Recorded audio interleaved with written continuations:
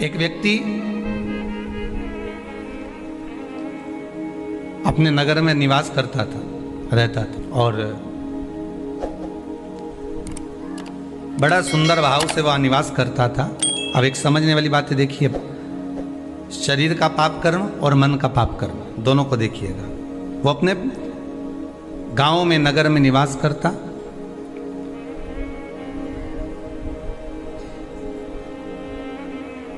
उसने जिंदगी में कभी कोई चींटी नहीं मारी। उसने अपने जीवन में कभी किसी का मन नहीं दुखाया। उसने अपनी जिंदगी में कभी किसी का धन नहीं खाया। उसने अपने जीवन काल में कभी किसी से असत्य नहीं बोला। उसने संपूर्ण जीवन काल में ना असत्य बोला, ना झूठ बोला, ना कपट करा, ना बेईमानी करी, ना प्रपंच करा, ना छल करा, ना कुछ बेकार कर्म करा, कुछ भी नहीं करा। इसके बाद भी वो जब प्राणों को त्याग कर गया तो नरक भोगना पड़ा। दृष्टांत सागर का यह बड़ा सुंदर चरित्र है महाराज।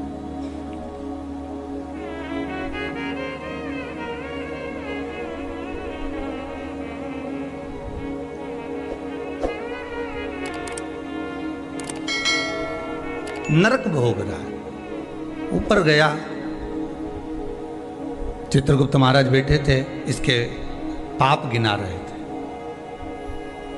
तो देवऋषि नारद का वहीं पर आगमन हुआ। श्रीमन नारायण, नारद जी ने तो पूछ लिया। संत के मन में अगर कोई प्रश्न आता है तो संत तुरंत पूछ लेता है कि आखिर कारण क्या है।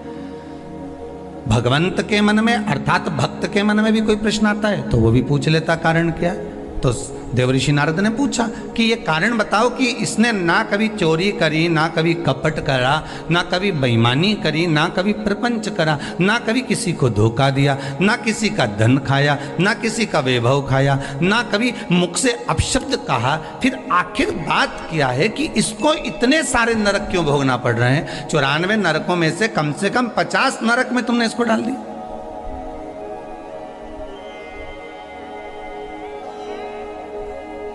ये नरक में भेजने का कारण क्या है?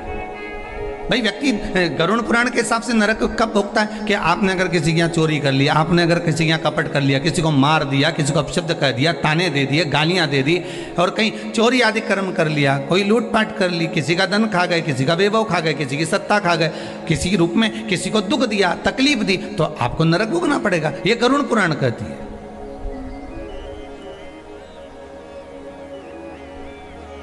तो देवऋषि नारद ने पूछ लिया चित्रगुप्त महाराज से, धर्मराज से, ये बताओ कि इसने ये कुछ करा है क्या? तो क्या कुछ भी नहीं करा। इसने अपनी स्त्री को हाथ उठाया क्या? नहीं। इसने अपने बच्चों से कुछ कहा क्या? नहीं। बच्चों ने इसको कुछ कहा क्या? नहीं। इसने अपने माता पिता की सेवा नहीं करी क्या? करी। सब कुछ करा इसने। फिर नरक किस लिए दिया गया? नरक का कारण क्या है?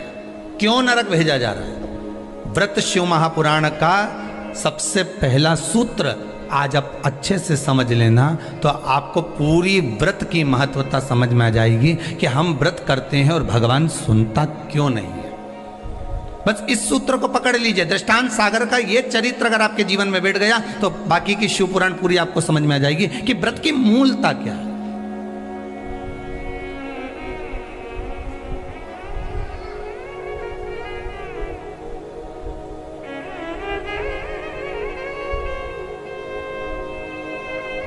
कारण क्या हो सकता है?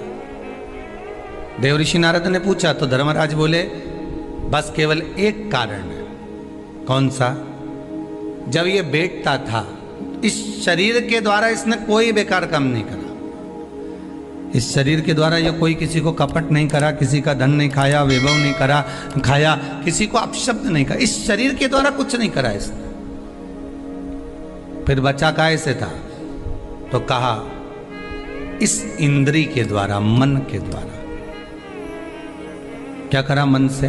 तो क्या मन के द्वारा ये जहां बैठता था वहां मन में सोच लेता था कि ये कितना बेकार व्यक्ति है, इसने इसके साथ तो ऐसा हो जाना चाहिए, इसके यहाँ कितना वैभव इकट्ठा हो गया, इतना धन एकत्रित हो गया होगा, तो ये धन का करेगा क्या। इसके यहाँ तो ऐसा होना चाहिए कि डाका डल जाना चाहिए। इसने विचार करा, फिर विचार आया कि बताओ कितनी सुंदर स्त्री है, कितनी सुंदर नारी है, इतनी सुंदर नारी तो मेरे साथ में होना चाहिए थी।